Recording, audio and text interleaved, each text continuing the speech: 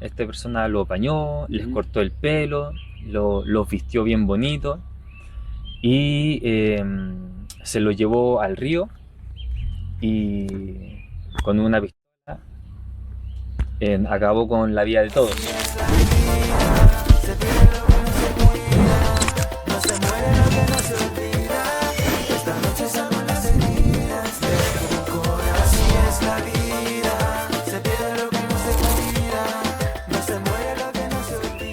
Hola gentecita, estamos en un nuevo capítulo de este maravilloso programa llamado Así Así es es la la vida, vida. donde expondremos historia de nuestros seguidores que nos hablan de Amor, desamor, traición, abandono, mentiras, lujuria engaños. y mucho, mucho más. Así que quédate a ver este capítulo completo porque está Buenísimo. terrible. Siempre decimos algo distinto. Hola Francisco, mucho Hola, ¿qué tal? Un gusto, gusto. bienvenido. Bienvenido. Gusto estar acá, pues. Ay, muchas gracias por venir. De verdad, para nosotros es un Por placer, gracias es y un por la honor. invitación de estar acá en este podcast. Muchas gracias. Oh. Sí, gracias a usted. Bueno, después más ratito vamos a comentar cómo conocimos acá a Francisco, psicólogo. Muy Así que bien. bueno, sin más preámbulo, Francisco nos va a acompañar esta vez a escuchar esta gran historia y nos va a dar ahí su punto de vista y vamos a desarrollar un poquito más el tema. Así Oye, Y que, ah, ¿sí? ¿Quieres comentar algo? no, no, no. Ya, sin más nada que decir. Hola, me llamo Andrea y esta es parte de mi historia. Desde los 7 años hasta los 14, con mis padres nos fuimos a vivir a Argentina. Recorrimos bastantes lugares. Y ya cuando tenía 14, un día mi madre me manda a buscar tomate que le había ofrecido una vecina. En la casa de la vecina vivía la vecina, la hija, la nieta y, y la pareja de la hija. Cuando iba cruzando el potrero, se acerca un hombre grande y me tira al suelo e intenta abusar de mí, como acostumbraba con su hijastra. No sé de dónde saqué fuerzas, lo rasguñé, le pegué entre las piernas y salí corriendo a mi casa. Le conté a mi madre y ella no hizo nada. Y con el susto y con la adrenalina nunca me di cuenta que eh, este hombre me había hecho daño en el cuello, me había rasguñado tan fuerte que me sangró el cuello durante horas. Mi padre decidió llevarme a la comisaría. En la comisaría el carabinero no hizo nada, dijo que solamente eran excusas, que me había caído, que eran excusas de niñas. Me dio mucha rabia, me dio pena, sentía dolor, me quería enterrar viva. Pensaba en lo frágil que era esa hijastra que también pasaba lo mismo que yo y me dolía no poder defenderla pese a que yo en ese momento también era un niño. Luego de un tiempo nos fuimos a una estancia y después de un año y medio yo me fui a trabajar a Mendoza con la dueña de la estancia. Ahí estuve trabajando 6 meses y vivía con ellos. Me trataban bien, trabajaba mucho, pero lloraba todas las noches porque extrañaba a mis papás. Pero luego me enteré que mis papás a fin de mes cobraban mi sueldo y se iban y no pasaban ni siquiera a saludarme. Cuando me enteré de esto, esperé que mi jefa saliera y llamé al jefe de mi padre y me cuentan que mis padres iban viajando a Mendoza y se devolvían a Chile sin mí porque me habían vendido y habían dejado mi cédula botada allá. Me desesperó tanto y me hizo correr hasta el terminal y hablar para que los detuvieran y lo hice. Llegué muy asustada y al llegar ahí encierran a mis padres en un cuarto. em, los obligan a mostrar sus libretas y la mía. Ellos no tenían mi libreta, tampoco querían hablar, así que mandaron a pedir un certificado de nacimiento mío. Los obligaron a que me lleven a Chile y los amenazaron de que no podían golpearme porque además yo iba cuidada por dos policías. Una vez que llegamos a Chile a la casa de mi abuelo, intentó mi papá golpearme, pero mi abuelo me defendió y lo amenazó con echarlo a la calle. Después, a mis 15 años, mi madre no halló nada mejor que prácticamente venderme a un primo mío, el cual tenía buena situación. Era atento, le pasaba plata y le regalaba muchas cosas. Y yo inocentemente obedecía todo lo que decía mi madre. Con el paso de las semanas, él empezó a abusar de mí, me violaba, me insultaba, me daba varillazos, donde me dejaba marcada, por lo que nuevamente le pedí cobijo a mis padres, pero me echaron a la calle. Dormí bajo la lluvia, bajo un espino, pasé tanta hambre sin saber que estaba embarazada de él. Tuve que volver donde mi primo.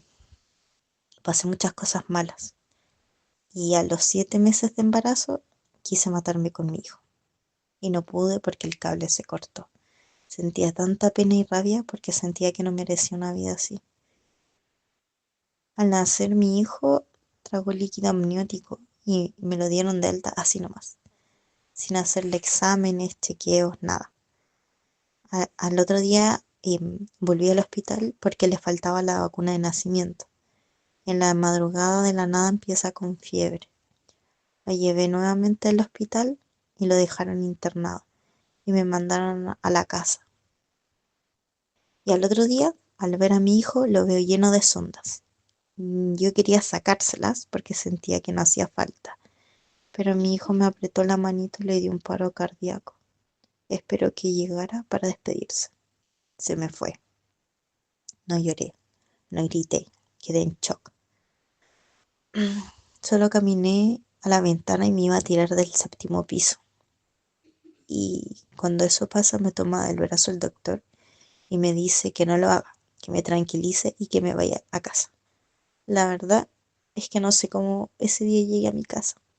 Estaba muy mal y al otro día fui al servicio médico legal. Y un joven lo saca y me dice, vístelo y me avisas. Estaba congelado mi bebé. Tiernamente lo vestí y me imaginaba que dormía. No podía llorar. Sentía que tenía hambre y que quería que lo tomara en brazos. Pero me lo sacaron y después me lo entregaron en un ataúd. Yo ya me había separado el padre y mi hijo, así que en ese momento me devolví con mi hijo a la casa de mi tía, donde lo velaron y llegó mucha gente a despedir a mi niño. Eran más de 30 cuadras de vehículos. En ese momento yo solo quería que despertara, quería abrazarlo y quería darle de comer, quería alimentarlo. El día siguiente fue la peor angustia, ya que no lo tenía en mis brazos. Ese día llegamos al cementerio y seguía sin creer lo que me estaba pasando. Todo lo que pasé lo pasé sola, sin el apoyo del padre. Pero sé que mi hijo está bien, sé que me cuida y lo amo con todo mi corazón. Sé que está presente y ya desde ese momento que pasó todo han pasado 30 años. Después de esto han pasado otros hombres en mi vida, donde he tenido muchas otras malas experiencias, y es por eso que hoy en día no estoy con ningún hombre. Solo disfruto mi soledad, mi salud, a mis 7 hijos y a mi nieto de 5 años. Oye, qué fuerte la historia que nos contó nuestra Sí. seguidora. De antemano, muchas gracias, como siempre, por abrirse, Sí, porque es por una la historia, confianza. sí, Testimonio importante y súper Sí. duro de historia de vida. Sí, sí, Claro, muy claro. doloroso. Bueno, como se habló aquí en la historia, la seguidora sufrió harto abandono, que me imagino que debe ser una herida que debe tener Sí, ahí por muy, supuesto. muy fuerte.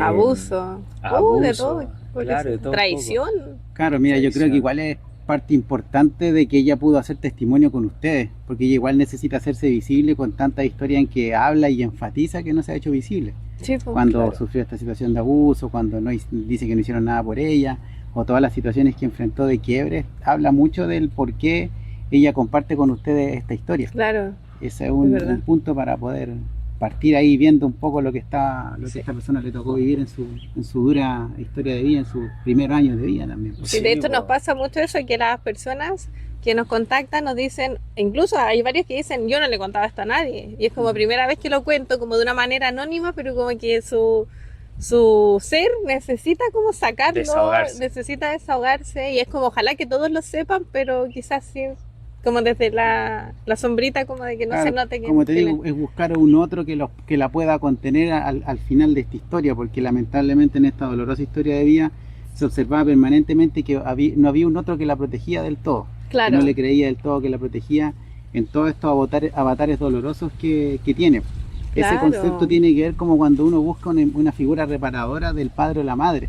Yo siempre digo la figura del buen tío o la buena tía, en el sentido de que la Sí. buena tía que le dice al papá que no se está haciendo duro con ella, le dice, oye, compórtate. Claro, que los protege finalmente. Busca ese juicio social en donde haya un otro que pueda validar un poco esta historia de dolor que ha tenido que cargar en estos claro. últimos años. Y eso es lamentable porque la historia, bueno, no conocemos en qué está esta persona ahora, pero ella enfrentó un montón de situaciones, refiere a final de no malas relaciones, etcétera. 2 intentos de suicidio. Claro, Sí, nos entonces, comentó la seguidora que actualmente está sin pareja. ya, Me Sí. imagino por toda esta mala experiencia, porque más encima, claro, al principio, como ella comenta, los padres como que la vendieron cuando era chiquitita prácticamente, claro. y después a unas personas X para que la explotaran trabajando, etcétera, y después más encima Sí. la vendieron, comillas, al primo. ujú, Claro. Entonces, claro, después la seguidora tiene otras relaciones donde no le resulta, que me imagino que debe quedar con alguna herida ahí, como que no Claro. puede relacionarse con los hombres, o atrae, qué cuático eso, porque al final ella también comenta que también atrae hombres así, como que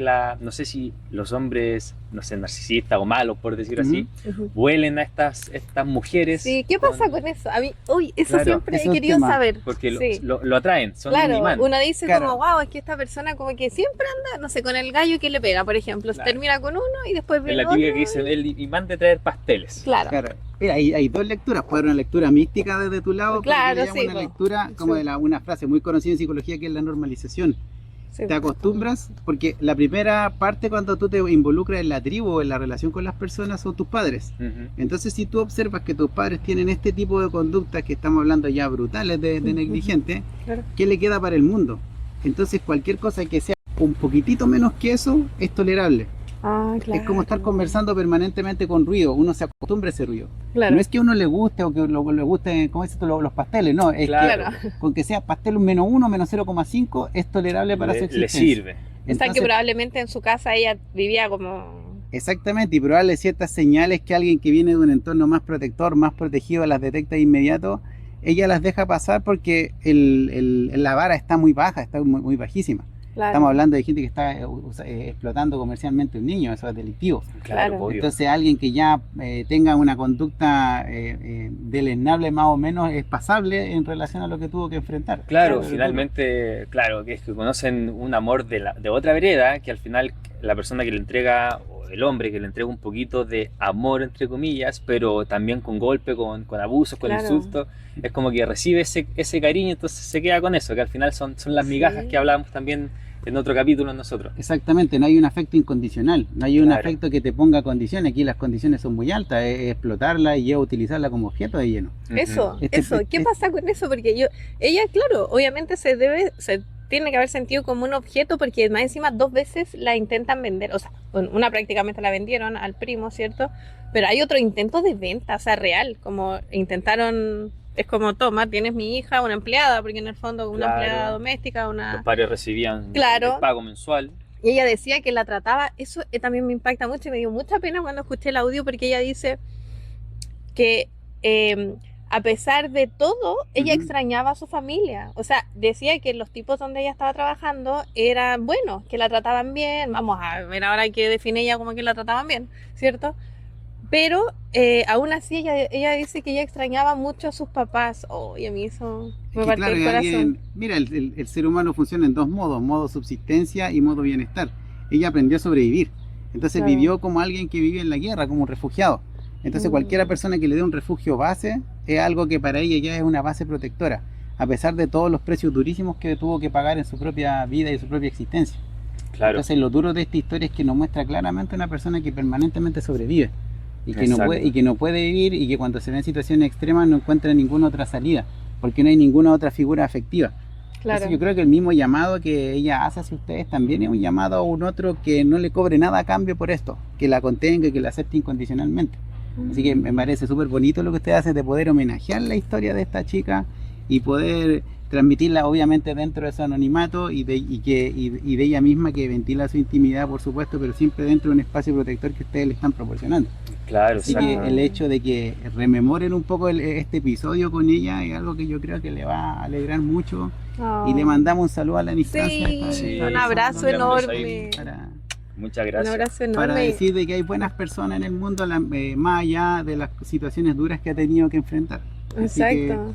La primera persona que tiene que empezar ahí a sentir esa aceptación y confianza incondicional es con ella misma. Ella es su mejor amiga y hay otros amigos anónimos como ustedes que la están acompañando en esta historia. Ay, bueno, y usted también, pues, porque está analizando esta historia, está viendo ahí de qué manera ella podría quizás, o bueno, podríamos hablarlo en un ratito, ¿cierto? De qué manera ella podría quizás sanar todas estas heridas que no son trabajar muchas. en ella misma como para poder... Yo siempre digo, cuando una persona ya empieza a hablar de sí misma, es parte de sanar. Esto es parte de sanar también. Yo creo que estamos contribuyendo un poco a la distancia, con mucha distancia y con muchos filtros de la distancia, en poder entender que hay otras perspectivas de vida, o lo mismo también cuando ustedes comentan sus propias historias de vida, transmitirle también a los televidentes, a las personas que ven este podcast, de que a veces la vida no es solamente la que te tocó enfrentar, sino que hay muchas otras opciones. Y eso permite, como digo, hacemos el rol del buen tío, del buen papá, el que repara la forma. No quien te quiere te aporrea, que es un dicho terrible. Eso no tiene que ser así. Quien te quiere nomás y te acepta, y todo tiene que ser livianito, relajado, tal como este mismo espacio en el que estamos ahora. Tranquilito aquí entre las palmeritas. Oye, hablando de eso, los que se aman no pelean. No es como los que pelean se aman, no. Los que se aman no pelean. Yo me acuerdo de mi mamá cuando le contaba, cuando estaba en el colegio, y le contaba: mamá, hay un niño que me hace bullying, que la verdad me molestaban, me pegaban, y me decía, es que además que está enamorado de ti. Y era como: mamá, me estaba haciendo peor en la vida, yo lo estaba pasando mal, me ponía a llorar. ¿Y qué opinas de que un niño que supuestamente se siente atraído a ti se comporte de esa manera? Ahí elabora, ¿por qué un niño que le gusta a una niña se puede convertir en alguien agresivo? Esto es como una prueba, a ver si aprendí algo. Claro, una prueba ahí. Reprobada. Al peralá, no, mentira. ¿Qué le pasa a ese niño que piensa que si a alguien le gusta puede sentir el sentimiento agresivo? Ahí le dejé la pelota en la zona penal para el gol ahí. Yo siento que podría ser que ese niño esté viviendo violencia en su casa también, po. Claro, y que, pues que está normalizando que los papás se pegan, Claro, y esas cosas son las que se repiten y que estamos normalizando. Y esto también, lamentablemente, también se reproduce en el fenómeno de las redes sociales, en que supuestamente alguien te tiene que sermonear, te tiene que retar o te tiene que castigar. No estamos acá para castigarnos, vivimos en un entorno social en donde las relaciones tienen que ser mucho más sanas, más saludables. Yo no tengo que ir a pegarle al señor mecánico porque no me tiene el auto. Solamente retiro el auto y le digo, oiga, lo voy a llevar a otro lugar, ¿no? No implica, pero esa lógica del castigo / obediencia viene de estas crianzas autoritarias maltratadoras, y claramente la historia que escuchamos es un ejemplo extremo de lo que es la orientación de castigo y obediencia, que la lógica no es que uno aprenda, es que uno se someta. Entonces ahí es donde va el cambio, en base como al la miedo. dictadura. Claro, no te sometes, no estás aprendiendo. Oye, Francisco, y yo quiero saber específicamente, porque a mí el tema de padre me llega mucho, me toca mucho. Nosotros somos padres de 3 hijos, entonces quiero saber qué pasa en la mente de esos padres, de los padres de esta seguidora, que la deja abandonada, que no está ni ahí con el sentimiento de la seguidora, la dejaron abandonada desde muy chica, después sabiendo que con el primo la estaba pasando mal, porque ella relata que le cuenta en un momento a su madre, y la madre como que no hace nada.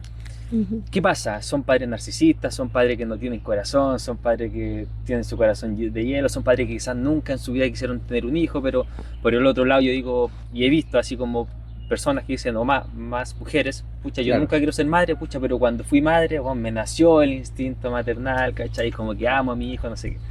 ¿Qué pasa ahí con esa mente de esos padres? Es a larga distancia, podríamos especular, pero por lo que narra la historia de todos estos contextos de vulnerabilidad, probablemente ellos también son tan sobrevivientes como ellos o más.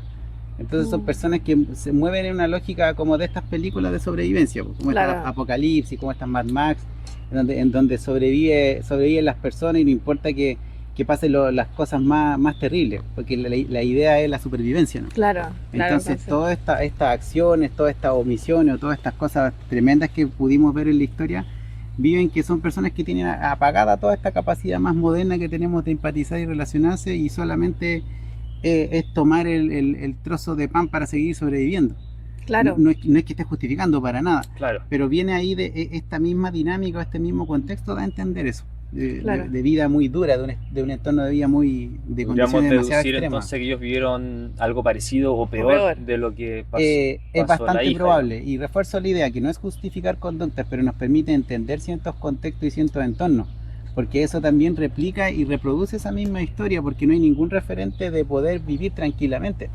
Claro. Sí, es En sobrevivir, paz, claro. Ahí así la vida se aplica desde una lógica dura, de una vida que es tremenda. Claro, claro. Todos hemos visto estas películas apocalípticas, se vive de manera tremenda. Claro. Claro. Eso que usted dice me hace mucho sentido también con las constelaciones familiares. ¿Mm? Porque también habla de eso, pues. Habla de, bueno, hay una parte cierta de esto que es honrar a nuestros ancestros, Ya. independientemente como hayan sido, es como, da lo mismo, porque probablemente igual hubo una evolución en ellos, algo, y ahí entra lo que usted dice, claro, estos papás que a todas luces pareciera ser que son unos monstruos, pero a lo mejor ellos también vivieron situaciones peores incluso, entonces claro, sirve obviamente para entender, para soltar un poco. Y aquí yo tengo una duda. ¿Qué pasa con el perdón? Esta es mi duda Claro. existencial. Mira, desde la psicología yo creo que el perdón está un poquito sobrevalorado en ciertas cosas. ¿Ya? Desde el lado de la psicología. Lo más importante es la superación. Es superar la situación desde tu propia historia de vida. Y eso implica la validación plena de todas las emociones. Ya. Esta historia también trae mucha rabia por parte de esta persona. Claro. Entonces, validar el lugar de la rabia desde una perspectiva sana. No es que tú le capitalices la rabia a la persona. A veces en las redes sociales estas cosas capitalizan la rabia. Me refiero a como siente odio, siente rabia. No, es valida tu lugar en donde sentiste la rabia, porque esto te permite superar la situación que tú tuviste que enfrentar. Ya. No sé si me explico. Sí, ahí. Claro. sí. Y por ejemplo, superar es igual a perdonar. Yo siempre he tenido eso. Porque a veces uno puede decir, no, yo no perdono, pero sí como que lo superé. Pero, o no, o tienen que ir de la mano. Es que el perdón es una respuesta automática, es una respuesta que no viene con la emocionalidad. Tú no puedes decir, no, perdón, no, va en que uno dice, oye, igual me dio rabia, me dolió, lo que hiciste fue duro. Uno puede validar esas palabras ¿Ya? y ahí la persona supera, porque logra que, si es que ojalá exista, o si todavía está en vida esa persona, devolverle el lugar que ella sintió al otro. Ah, Tú ya, le entregas claro. emocionalmente, le transmite emocionalmente al otro. Y generalmente en psicoterapia la persona se prepara en el sentido de que pueda enfrentar cualquier respuesta, porque en el fondo ella está dando testimonio de algo. Ya. Ella le pudiera haber dado testimonio a sus padres sobre esto, llegando a un punto en que ellos mismos prácticamente les conmueva lo que hicieron, o al punto extremo que digan no me interesa. Claro. Sea como sea, eso valida el lugar y le permite continuar. Claro, Porque claro. te doy un ejemplo, llevamos un ejemplo más sencillo. Supongamos que hay una pareja de pololos, de novio, y el novio le manda una carta a la polola, le escribe todo su amor, una carta hermosa, y la polola le dice, no entiendo. Ay, no sé. Ya. ¿Qué le Ya. permite a ese joven? A ese joven le puede permitir diciendo, oye, emocionalmente aquí no encajamos, entonces yo voy a superar, voy a poder continuar la situación. Ya, perfecto. Entonces no va a decir en que la perdono o no la perdono por no haber sido corresponsable efectivamente, sino que me permite continuar mi camino y ir hacia otro lugar. Ya. El mundo es un lugar muy amplio, entonces tú puedes continuar y seguir adelante. En el Sí, caso de esta misma historia, ella puede seguir adelante y testimoniando, ya lo está haciendo, y viendo que a lo mejor sus padres no le van a poder corresponder efectivamente a esto. Claro. Entonces, Ya. te fijas, no es un perdón, es una liberación que tú tienes al sentirse de que no hay, como dice el dicho antiguo, no hay leche para ponche, no hay material para poder continuar ahí trabajando esa relación. Claro, Claro. finalmente eso la hace avanzar a ella, po. Claro, y Emocionalmente la hace y- crecer un poquito y avanza validándola en la Y rabia, entender. validando todas las emociones que sintió ante estas omisiones de estos padres que bien no fueron para nada responsables, fueron Obvio. extremadamente negligentes. Sí, po. Debieran haber quedado presos por todo lo que hicieron. Claro, por Sí. supuesto, claro. Claro, esto fue hace muchos años atrás. Hoy día yo creo que se hubiesen funado, O estarían presos, o estarían derechamente, po. Y esas presos. cosas son, Delito. y te fijas, y el estar preso, todas estas cosas implica no un acto de venganza, sino un acto de reparación. Claro. Y que una persona hizo un acto a tal extremo en que tuvo que restituir al pacto social, devolverle a la sociedad el estar privado de esa libertad por las situaciones que cometió. No hay una venganza, te fijas, es distinto. Entonces el hecho de justicia está ligado más a eso, no a una retaliación, no a devolverle al otro lo que hizo, sino que pueda comprender de que con esto te saliste de la sociedad, por eso tú estás excluido de la sociedad. Claro. Cambia la Claro. visión. Claro, el Claro, es enfoque. como el castigo. Claro. Claro. Francisco, bueno, otro tema importante que toca aquí la seguidora, el tema del suicidio. Ujú. Ella cuando su hijo, relata cuando su hijo estaba en la guatita, tenía 7, 8 meses, ella intentó ahorcarse por cosas de la vida. Nosotros somos muy creyentes En bueno, Dios. en Dios obviamente, en las señales de la vida y todo, entonces claramente no era su momento. Dice que se Ujú. le cortó el cable, el cordón, no me acuerdo qué dijo, Claro. pero no pudo suicidarse. Cuando nació su niño y le entró líquido amniótico, me parece que decía, y estaba mal. Lamentablemente el niño falleció a los días de vida. Ujú. También por segunda vez intentó suicidarse, cuenta que se iba a tirar del 7.º piso, no sé qué piso, y ahí un doctor Claro. la frenó, que eso también es un relato muy fuerte, como que estaba muy en shock, su mente yo creo que no razonó, se apagó completamente su cerebro, me imagino. Eh, y me gustaría ir en ese punto porque yo tengo gente cercana o he conocido gente también que se ha suicidado, entonces me gustaría que quizás toquemos un poquito qué pasa por la mente de esas personas que toman esta decisión de acabar con su vida. Sé que obviamente todas las personas son un mundo diferente, pero me imagino que hay algo en general que podemos determinar o aptitudes en ciertas personas que los puede llevar a cometer Mm. esta decisión, a tomar esta decisión. Sí, mira, en términos generales yo creo que el suicidio es una tragedia. Ese es el punto de base. Todas las personas que enjuician que fue valiente, que no fue valiente, no, esas cosas no hay que juzgarlas porque son juicios que a veces son bastante injustos. Ujú. Es una tragedia en donde una persona no encuentra otra opción de salida a su dolor que terminar con su vida.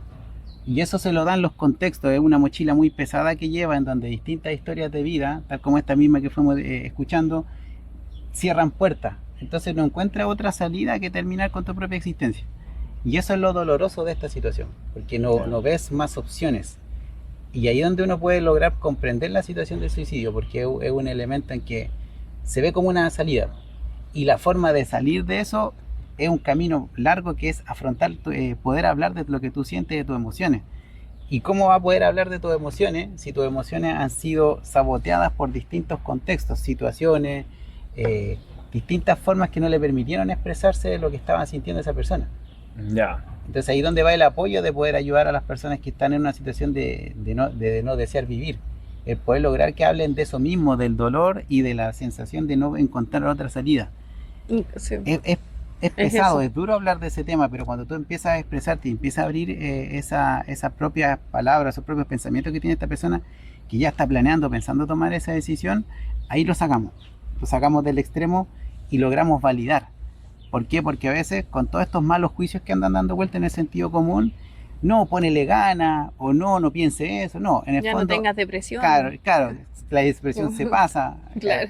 No es así, va en que cuando tú hables del lugar de la pena, empieza a validar y empiezan a aparecer el trasfondo de esta historia. El dolor que trae esta persona está muy basado en este testimonio. Y Claro. aparecen testimonios.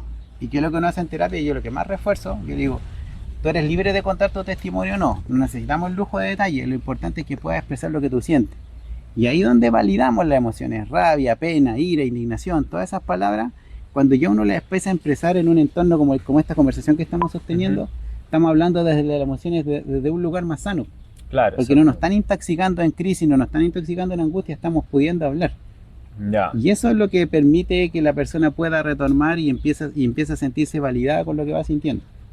¿Cómo puedes, es que es difícil saber que una persona tiene depresión y que no está pensando en cometer un suicidio si se ve normal, se ve feliz, que es la típica, Ujú. oye, esta persona se Era suicidó, súper alegre. ¿y cómo? Sí, claro, era alegre, tenía todo, tiene su familia bien constituida, no sé qué, pero toma esta decisión que al final, cuando sucede muchas veces, las personas a su alrededor no saben el por qué lo hizo, entonces Claro. llegan todos así como cuestionándose. Claro, y mira, hay muchas afectaciones, pueden haber afectaciones en la personalidad, etcétera. Pero lo que tú ahí da una clave. Si una persona tú la ves en un cuadro depresivo con los típicos rasgos de depresión y de repente de la nada de un día para otro cambia su conducta, ahí hay que poner ojo. ¿Por qué? Porque se le hizo un clic en la mente en donde ya tomó una decisión. Entonces cuando se le hizo el clic ya tiene todo planificado, entonces eso le libera un poco. Y eso es complejo. Buen tip.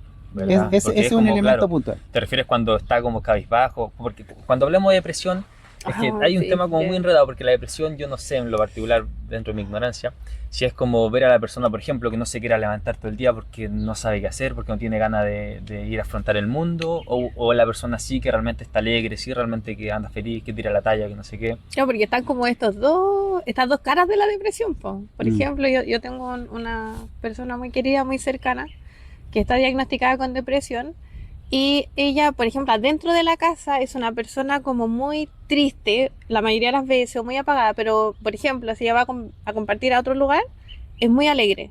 ¿Qué Claro, está solo con pasando su ahí, pues? Ahí círculo. está Y es enmascarando. chistosa, muy Claro, es que chistosa. puede ser, pero ahí entra en un rol, pero si ella logra en el espacio de su hogar validar esa emoción, es lo que ella está sintiendo de fondo. El mero ánimo depresivo, ustedes dicen que a veces puede haber un cuadro depresivo sin el ánimo depresivo. Ujú. Claro, pero es porque sus síntomas están siendo enmascarados. O a veces aparecen por irritabilidad, Ya, o perfecto. todas estas afectaciones. ¿Y qué rol tienen, por ejemplo, los padres en este caso particular? Que ella tiene unos padres que han hecho una evolución maravillosa, ¿Ya? ya súper, porque eran padres que no sé, no creían en nada de la Ujú. psicología, nada, la típica generación esta Pensamiento que, antiguo. claro, pensamiento ¿Ya? más antiguo. Eh, pero aún así, por ejemplo, esta persona a veces siente que no es suficiente el apoyo. Es Ya. como, ¿cuál es el apoyo real como que necesita o una persona que está pasando por un periodo, no sé si es un periodo se dice, de depresión? ¿O está bien dicho así?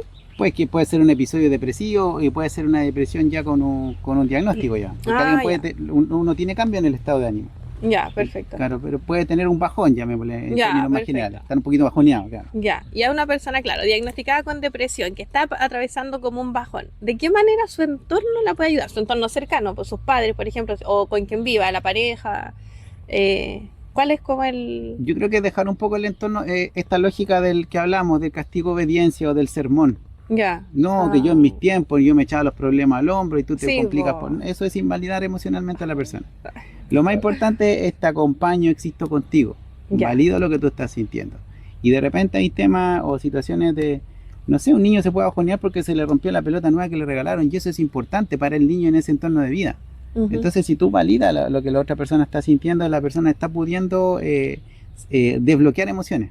Claro. Yo creo que lo más importante es sentir de que pueda expresar la angustia que siente o la ansiedad que siente o lo mal que se Sin siente. ser juzgada en el fondo. Sin ser juzgado o ser sermoneada diciendo, no, es que tú deberías, lo hay que lo debería, hacen muy daño y son muy Oh, ya. tóxicos. Qué Ya, pánico, entonces- porque ese es un trabajo que hay que hacer, Todos, po. claro, ¿no? Y con tus hijos desde chico, porque claro, en este caso el ejemplo que estás dando tú de esta persona es una persona ya grande, po, Mm. Ujú. ¿cachai? Pero quizás los padres con esta persona deberían haber trabajado eso desde chico, claramente, porque Claro. yo me veo reflejado en eso, que justamente de repente a mi hija le invalido con ciertas cosas, pues Ujú. claro, Claro. por ejemplo, se le rompió un juguete y llora, no sé qué, y digo, ya, pero ¿no? Si vamos a comprar otro, ¿cachai? Da lo mismo, Claro. algo material, no sé qué, Claro. como que no voy No a es para estar llorando por tanto. eso, claro. Entonces finalmente uno como padre tiene mucho que trabajar porque tiene que trabajar eso para cuando sea grande, me imagino, no esté reprimiendo sus emociones, porque al final le Claro. lleva a estas consecuencias de depresión, de quizá Claro. otro tipo Y de... ahí es donde viene el clic hacia el pasado, porque si uno mismo se acuerda cuando chiquitito se le rompió un juguete, uno se sintió igual. Ujú. Y que ahí uno conecta y observa y dice, no, a mí me pasaba lo mismo Sí, aquí, po, ya, y ya. vamos a comprar otro, reparémoslo, vamos a comprar la gotita y ahí lo vamos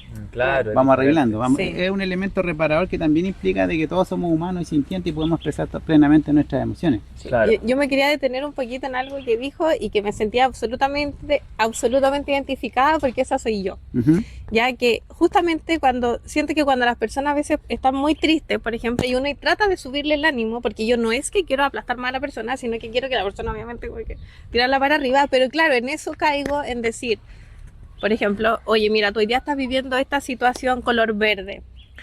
Mira, yo sé que se ve negro, pero es verde. Ya, y yo antes también, y me pasó esto, y yo lo pude, y yo, no sé, pues, hice estas cosas y me sirvieron, y pude como, no sé, salir adelante, tirar para arriba, pero Claro. es como con esa intención constructiva, pero por lo que yo entendí, como que aún así, eso es como invalidar al otro.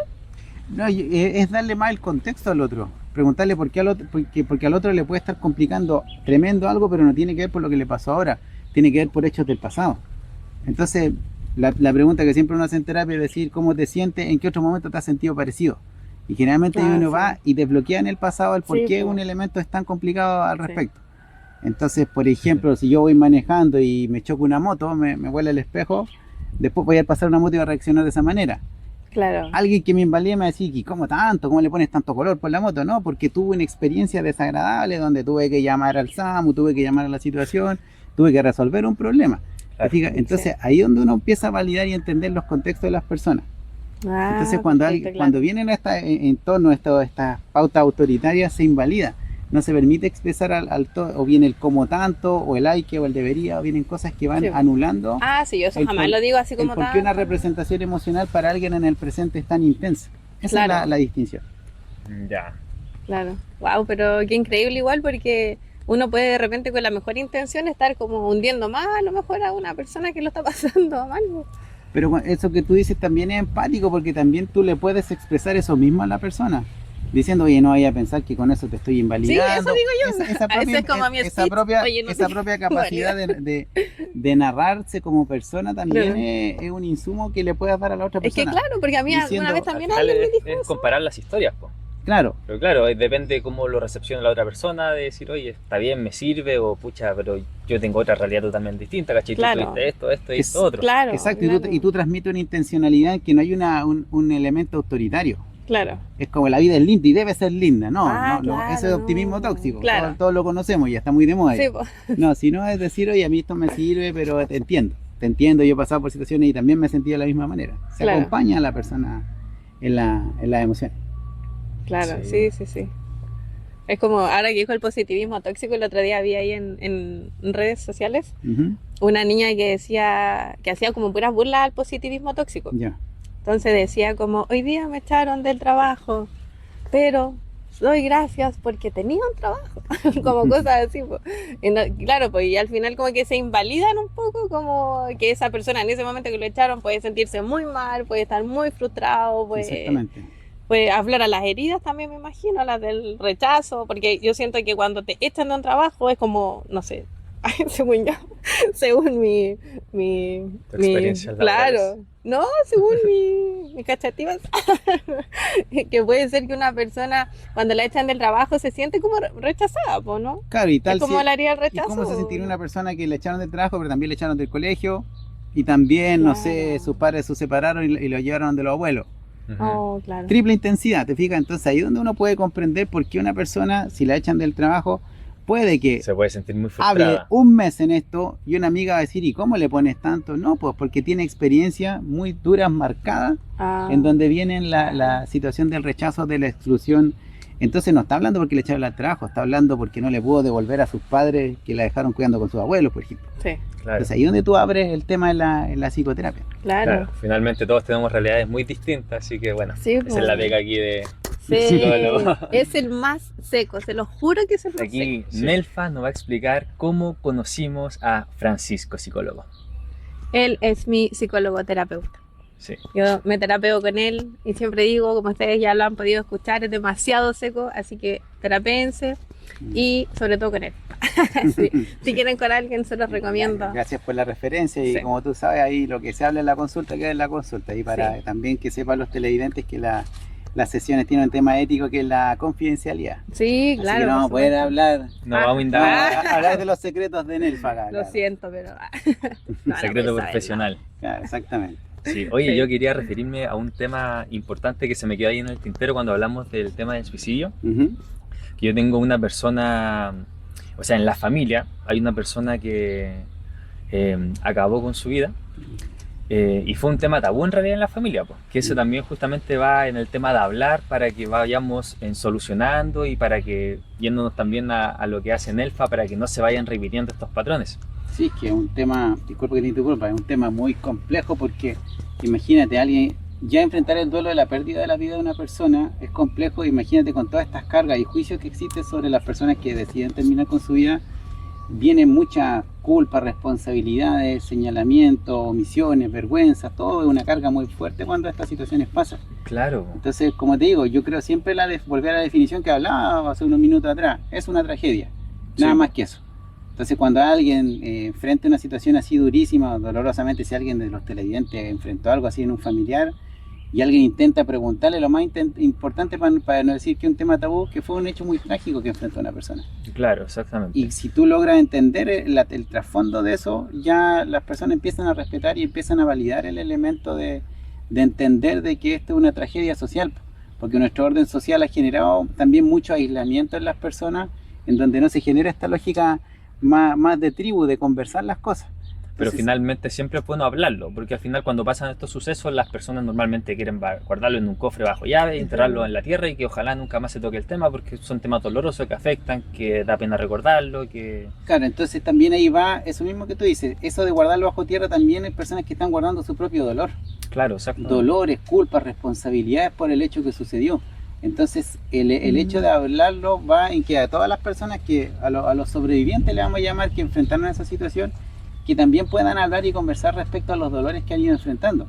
Sí. Y en situaciones muy trágicas, porque como digo, es una pérdida trágica, o cuando una persona también pierde la vida de una manera accidental, o pierde una vida de un hecho injusto que pudo haber sucedido, de que otra persona le arrebata la vida. Claro. Son cosas que quedan marcadas y a veces se siente que se pueden olvidar, pero lamentablemente no se olvida, pero sí se supera, se afronta hablando del dolor que tú estás sintiendo. Y como digo, y como estamos en esta cultura que mueve mucho lo éxito, lo alegre, la felicidad, el hablar del dolor a veces queda en tabú. Claro, se reprime. Se reprime, claro, se reprime socialmente incluso. Claro, es cuático el tema porque en mi familia, bueno, mi núcleo familiar por parte de mi madre somos pocos. ¿Ya? Y todos, dentro de todo, estamos haciendo un trabajo para el crecimiento, Claro. personal, espiritual, mis tías, mi madre, mi abuelos, ¿cachai? Entonces todos estamos en esa parada, que bueno, a mí me pone muy orgulloso que gente con más edad, ¿cachai? Que no está como en la generación mía o de los que vienen, digamos, se abran, ¿cachai? A conocer un nuevo mundo, digamos. Y por esa misma razón se habló este tema que fue tabú en la familia. Yo creo que lo voy a contar, ojalá no se enoje nadie ahí de mi familia, pero lo voy a exponer sin dar detalles de los nombres. Pero se habló hace poquito y yo quedé en realidad bien en shock, porque una persona también acabó con su vida, y justamente también se da en un contexto como de abandono. Para contextualizar un poco el tema, esta persona tenía hace muchos años, yo todavía ni nacía, tenía una pareja con hijos, tenían 4 hijos en total. Y para hacerlo muy breve, en síntesis, la mujer se puso a andar con una persona. Entonces, como que le fue infiel. Una relación paralela tuvo ahí. Claro, le fue infiel a este personaje que era de la familia. Y obviamente este personaje sufrió porque todo el pueblo, digamos, sabía que estos personajes andaban. Y a raíz de eso estuvo muy triste. Esta persona era muy querida igual por todos ahí, por el barrio, y estuvo muy mal, estuvo sufriéndola, y aún así mostraba justamente alegría, era muy de tirar la talla, no sé qué, por lo que me comentaba. Entonces se veía lo que estábamos hablando de quizá en la depresión que tenía por este dolor tan fuerte que le provocó, aún así andaba mostrándose feliz al mundo, digamos. Obviamente tenía que hacerlo por sus hijos también, porque tenía hijos, etc. Entonces, el suceso terrible que pasó, que yo creo que es algo una de las cosas más fuertes que ha sucedido a nivel familiar. Este personaje un día, bueno, en sí la relación de ellos dos nunca, por lo que me contaban, fue tan estable como marido y mujer, digamos. Tenían sus problemas, de hecho nunca vivieron poco tiempo juntos. Entonces estaban cada uno por su lado, etcétera, y tenían como momentos, etapas de pareja. Como disfuncionales. Claro, exactamente. Quebrar era parte de la relación, como se dice. Claro, exactamente. Entonces no sé por qué, pero la mujer se tomó la atribución de andar con otra persona, ¿cachai? Y bueno, fue patas negra otro personaje. Entonces esta persona de la familia sufrió mucho. Entonces hubo un día en que él fue a buscar a sus hijos, lo llevó a la casa de él, y ese día, por lo que me contaban, esta persona bañó a sus hijos. Era un niño de 1 año, de 3 y de 4 aproximadamente, los niñitos eran chiquititos. Esta persona los bañó, les cortó el pelo, los vistió bien bonito, y se lo llevó al río y con una pistola acabó con la vida de todos. De ellos Ya, primero fue los un niños elemento muy, Sí. muy doloroso, muy trágico. y luego la de él. Ya. Entonces, obviamente te imaginarás cómo sufrió en su momento mi familia. Contarlo, ¿cómo tú te Eh, sientes ahora? Porque estás contando una situación muy dura. Claro, muy muy dura, pues fue, y más para ellos, pues, para los que estaban ahí. La persona que me lo contó de mi familia lo vio a él antes de irse, entonces me decía, no, como que yo no sospechaba, porque él de hecho los bañó, los vistió todo y me dijo, ya voy a dejar a los niños a la casa de la mamá. Entonces, eso fue en la tarde, y en la noche llega la mamá a la casa de él a buscar a los niños y dice, oye, ¿dónde está esta persona? Mis hijos, ¿dónde están? Entonces le dicen, oye, ya salieron hace mucho rato a dejar a tus hijos. Y ahí ya empezaron a especular, todos se asustaron, avisaron a los carabineros, empezó la búsqueda, obviamente.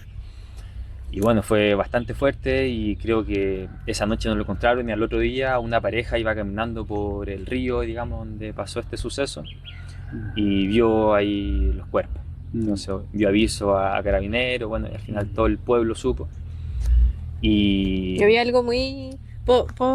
sí, ¿Te acuerdas que te habían contado igual que él incluso pone a todos sus hijos, una vez que ya estaban muertos, ¿cierto? Los pone todos sobre él y después él se dispara. Entonces, yo digo, muchas veces se ha visto esto y se ha juzgado, incluyéndome, por la sociedad, ¿cierto? Cuando uno ve las noticias y dice, oye, este padre o esta madre mató a su hijo, después también se quitó la vida, pero...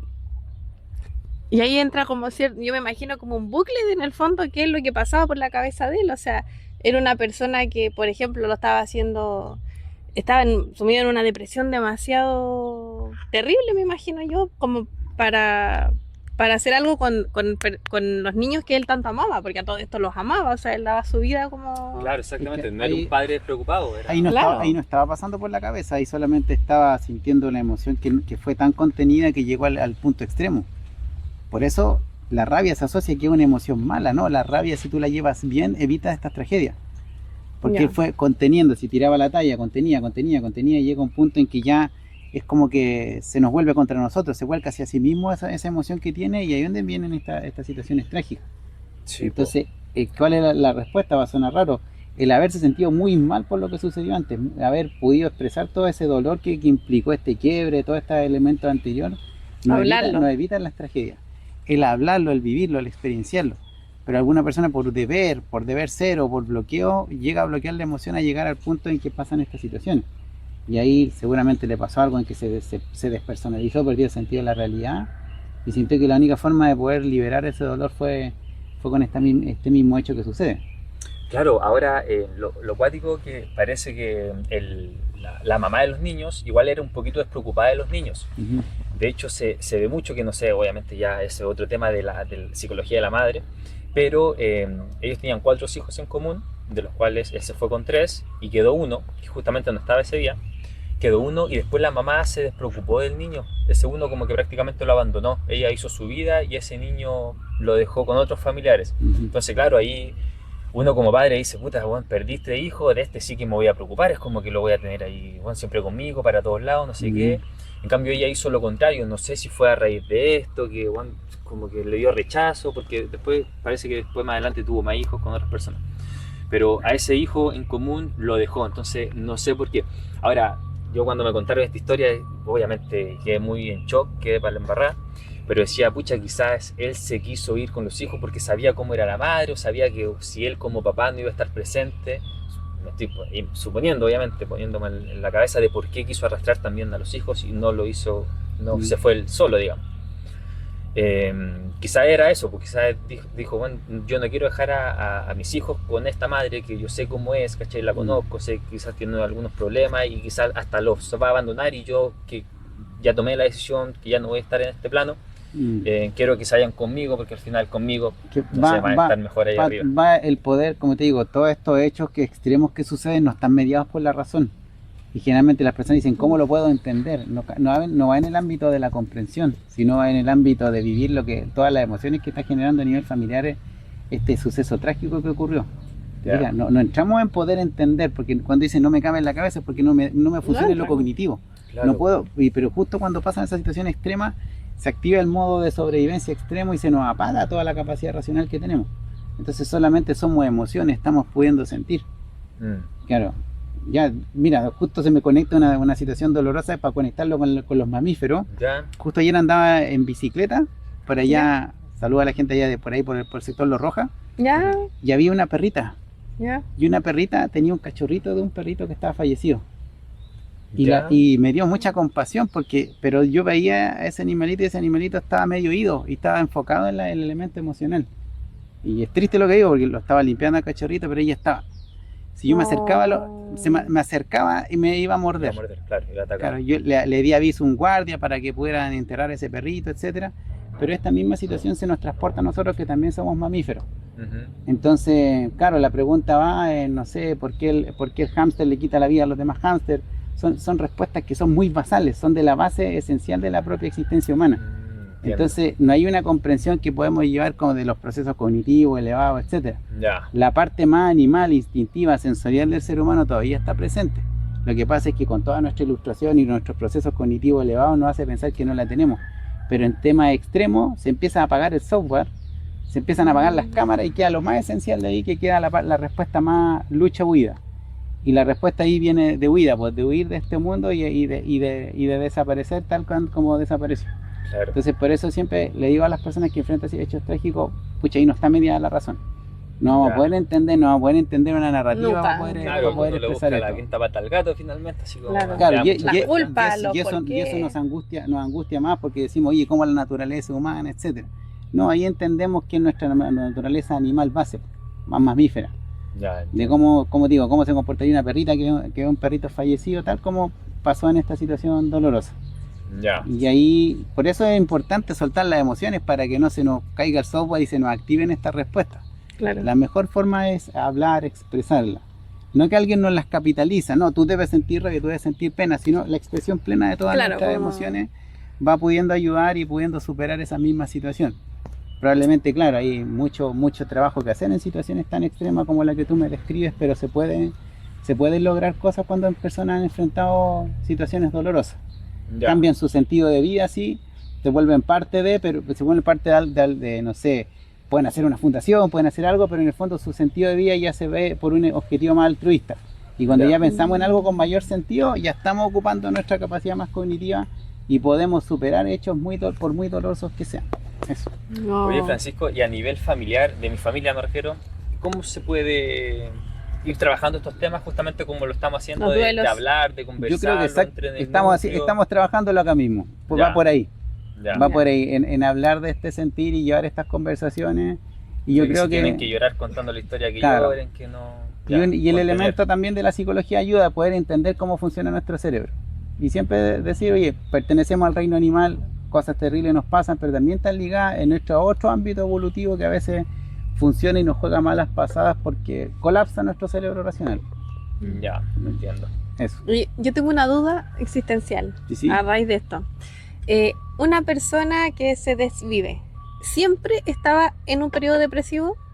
Es decir, ¿es como un denominador común o no necesariamente? O puede tomar Eh, la decisión así como muy drástica. Claro. Es que todo depende del trasfondo que tiene la persona, porque alguien puede estar pasando por una depresión, puede tener un trastorno de la personalidad, puede tener un brote psicótico en caso de condiciones más graves. Claro. Por eso diagnosticar el por qué una persona decidió no continuar con su vida es muy injusto, hay muchos elementos para poder comprender. No siempre solo puede ser la depresión. Claro, no es meramente la depresión, o a veces pueden ser situaciones que puedan gatillar algo, entonces lo importante es entender esta activación de que la persona no ve otra opción.